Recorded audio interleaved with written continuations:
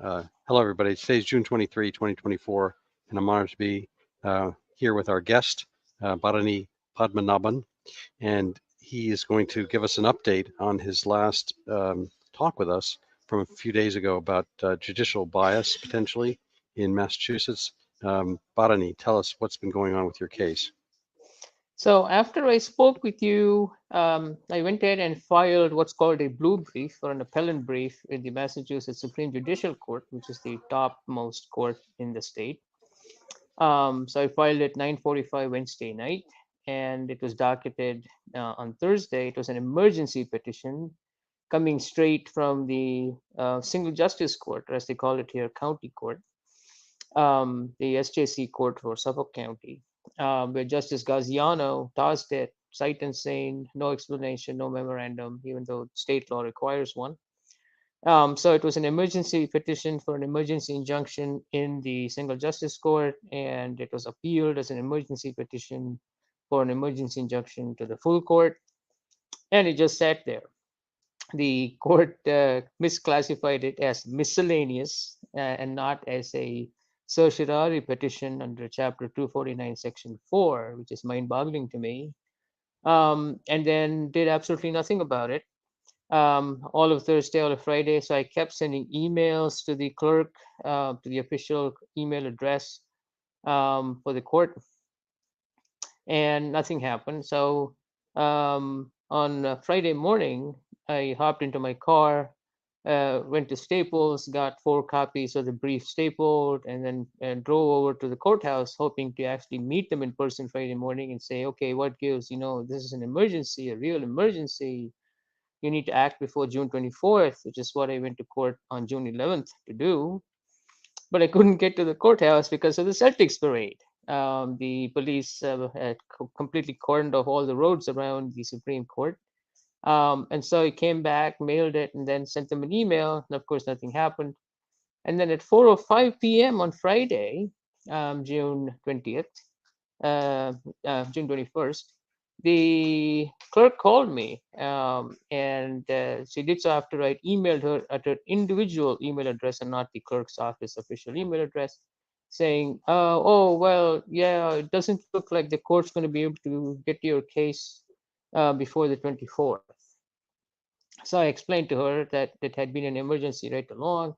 It says so right on the cover. And it was an emergency petition in the single justice court, and then it got transferred as an emergency appeal to the full court. It wasn't something that slowly bubbled up from below, like a normal course of appeal sort of stuff. And she just heard me silently and said, "Well, as it doesn't look like it's going to happen, so file a motion to expedite." And that's about it. So anyway, I filed a motion to expedite, and then I sent an email to all the justices on the Massachusetts Supreme Court, informing them of what just happened, and that clearly I had done everything that I needed to do by the rules to get justice before June 24th, and yet nothing had happened in their court. So that's where it stands for the moment. Here we are Sunday morning. This trial that I contend is intended to railroad me is due to start at 9 a.m. tomorrow, Monday, the 24th. And I still haven't heard back from the Supreme Court. As a physician, of course, I asked the clerk if anybody in the justice system is on call over the weekend. She didn't appreciate the joke. So, That's interesting. anyway. So let me just ask you, as a devil's advocate, um, can't anybody just paste the words emergency on a case? I mean, does you're saying it's emergency mean it's an emergency? Well, to start with, if a plaintiff says it's an emergency, you have to give it some consideration, some due respect. In the single justice court, it was treated as an emergency. I got an answer from the single justice within a week of filing the case, and that's pretty quick by court standards. So the single justice court did treat it as an emergency petition. They denied it within a week. um, and so when I appealed that to the full court, it automatically meant that it was going there as an emergency petition that it had always been and was treated as such in the single justice court. So it didn't change character after the single justice denied it. It was the exact same emergency relief petition that it had always been. So I can't think of any legitimate reason why it would be treated any differently in the full court. Okay, so for people who hadn't seen, I'm going to link the last previous video from a couple days ago. For people who haven't seen that, what makes your what's the body of your emergency? What makes it an emergency in your view? So there's a trial starting tomorrow morning at 9 a.m. in Norfolk Superior. It's a defamation case. I brought the case. I'm the victim of defamation, and I'm the plaintiff. But the defendant, a former, now retired state employee, is being defended in this private slander suit in violation of state law by the Attorney General of Massachusetts. You have the entire AG's office, 3 lawyers, 1 paralegal, and so on, defending this person in a civil case, which is unprecedented. I have not come across a single other example going back to 1790 when the office was established. So that's unusual, and the involvement of the Attorney General in this private civil case has skewed it irreparably. All the judges have bent over backwards for the Attorney General. They've been giving them a lot of deference, which they wouldn't have given to a private lawyer if she had come with a private lawyer, as she's required to by law.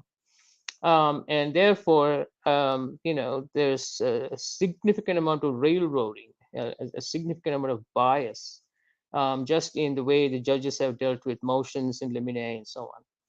And then on top of that, I found forensic evidence that the Attorney General spliced out this lady's testimony, Loretta Cooke's testimony in Lawrence District Court, which private lawyers would not have had the ability or the authority to do unless, of course, they bribed somebody heavily.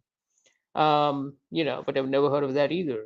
So the fact that the Attorney General is involved has put a huge thumb on the scale in favor of the defendant, yeah. And so there was more than judicial bias or a perception of bias. I mean, the standard is even a perception of bias is wrong and we need to mitigate it. Here, I have presented forensic evidence of bias where the court colluded with the Attorney General to splice out testimony that the Attorney General found embarrassing in some way, and then, treated me very differently compared to the general public. And you would think that forensic evidence, sworn forensic evidence of strong bias, or as the US Supreme Court put it, impermissible hostility, which is what I've been facing, would be enough to garner some interest and some action on an emergency petition by the Massachusetts Supreme Court. That clearly has not happened. And so Friday evening, while all of that was going on with the clerk, I actually sent an email to all the judges on the Supreme Court bench and a copy to everybody involved in the Attorney General's office and Justice Heidi Brieger, who's the Chief Justice of the Supreme Court, the Superior Court, who is also a party in my petition. So everybody's been notified. Everybody's on the same page that this is what's been happening, and I put it on record, and they all know. So what I found interesting about your case is kind of the circling of the wagons. Can we use the defendant's name here? Yes, Loretta Cooke. It's a public case. So she's a nurse, and she was an investigator for the medical board, and she was involved in your case by the medical board against you, correct? Yes. Okay, that was some time ago, and you were suspended. And we're not going to have time to get into all of that, but that's an interesting case in and of itself, and people can read about that. You've posted it. You actually have a reasonable explanation in, I think, the Valley Patriot, and we can give a link to that separately. But what she did was go up to the judge during your trial, or whatever you want to call it, your hearing, and kind of announce some solidarity. We are both officers for public safety, as if it's really the judge and she against you, and she's an arm of the state, and the state has to be protected. So insofar as you might have made a mistake here, you brought this to the attention of one of the attorney generals, and how odd that was, that she was trying to kind of circle the wagons and create a united front against you, the plaintiff, the state against you. You're the outcast here. Well, I was being deposed. Well, fair enough. And so the attorney general understood that, or assistant attorney general understood that you had taken umbrage to that particular phrasing, and lo and behold, that particular phrasing is the only thing missing from the Yes. entire record. Correct? That one sentence has been spliced out. Now, I asked you before whether the judge could be deposed in the deposition sense, not in the getting rid of him sense, about any kind of memory of this. Is that a secondary avenue for possibility? And would the judge have remembered this? I mean, again, you mentioned there are so many cases, hard to say. After you asked me that question, which had never occurred to me, I emailed the judge, but I have not heard back from him.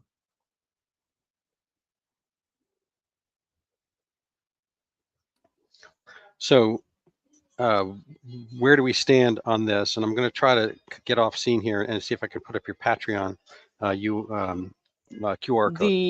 The question of deposing a judge as a witness is very interesting. I haven't had the time to this week to look up the case law on that. He would be as a witness. I suppose it's entirely possible. The forum is the question. I don't know if he would be a witness in my defamation case, or it would be before a committee of the Massachusetts legislature, which is where it really should be, or in a hearing ordered by the Supreme Judicial Court, which I very much doubt they're going to do.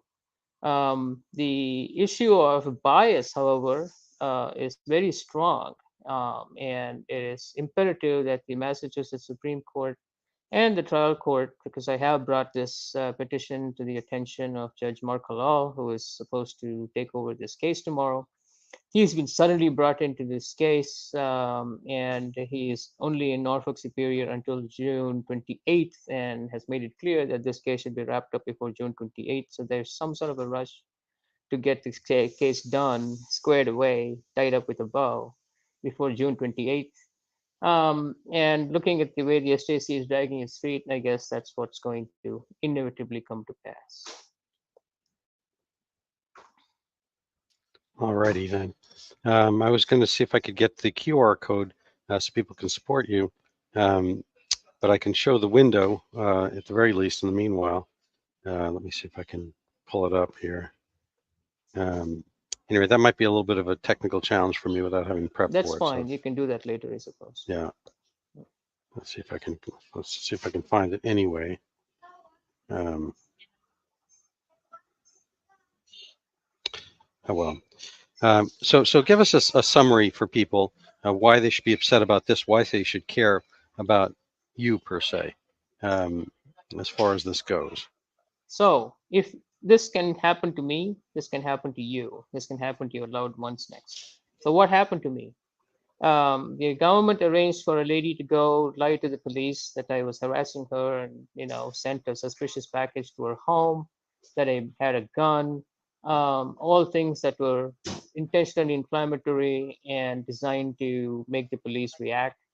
The police, however, were very professional, and they didn't react, which is why I'm still alive and walking. According to the police, my life mattered, and I'm very grateful. And then the government got together with the court to splice out a sentence in an official court recording, which is a humongous no-no. The court is required to be neutral. Neutral means neutral. And in this case, the government and the courts were one. It was seamless. I can't tell to this day where the judiciary ends and the executive branch begins. And that's not the way this republic is supposed to work. We are supposed to have three separate branches of government. Here, the executive and the judiciary have glommed together. And so I do not have any neutrality in the court. If this is allowed to stand, this could happen to you. You may find yourself one day in a court that is not neutral. And that's not how it's supposed to be here in the United States. And that's why it's important, because it has what they call an injury to the public interest. And that's public means you. All right, lovely. Well, I did manage to find the QR code, and I think that will get people there. When I asked them not to be confused, it's a Patreon page for you. You have something about Martha Coakley up there. You might need to update the listing. Now, what Hmm. was it? What was the reason you had Martha Coakley's name up there? And since we're kind of tossing names of ex Massachusetts Attorney Generals, what's the relationship of Maura Healey to your case? Our The current reason governor, the our current governor, former Massachusetts AG. Right. The reason why the Martha Coakley stuff is up there on the Patreon is because we did a program together about steward healthcare. And my point had been in a published article, in a published column in the Valley Patriot newspaper, a very good newspaper, I might add, is that without Martha Coakley, there would have been no steward healthcare because it was she who stood up in court and swore under oath that selling Caritas Christi, a nonprofit charitable organization, to a private equity company to set up a for-profit hospital system for the very first time called Steward Healthcare was the reason Steward Healthcare exists, the reason all the Massachusetts hospitals got looted. So no Coakley, no Steward, no looting. So that's why that Patreon page was set up. So Maura Healey, who is our governor presently, was the attorney general at the time when the decision to splice the court audio was taken. And her assistant at the time, Elizabeth Dewar, is now on the bench at the Massachusetts Supreme Judicial Court. And her partner slash spouse at the time is now also a justice on the Massachusetts Supreme Judicial Court, Justice Holohojian. So it all reminds me very strongly of Huey Long. Um, and I actually put that in a column too. So yes, it's incredibly hard for me to even contemplate getting any level of justice, given that everybody involved in what was done to me is occupying such high seats of power in this Commonwealth. Okay, so here's your article about Martha Coakley. I'd like people to also find the article about you. If you remember the name of that article, where you talk about your um, winding story. There are quite a few of them.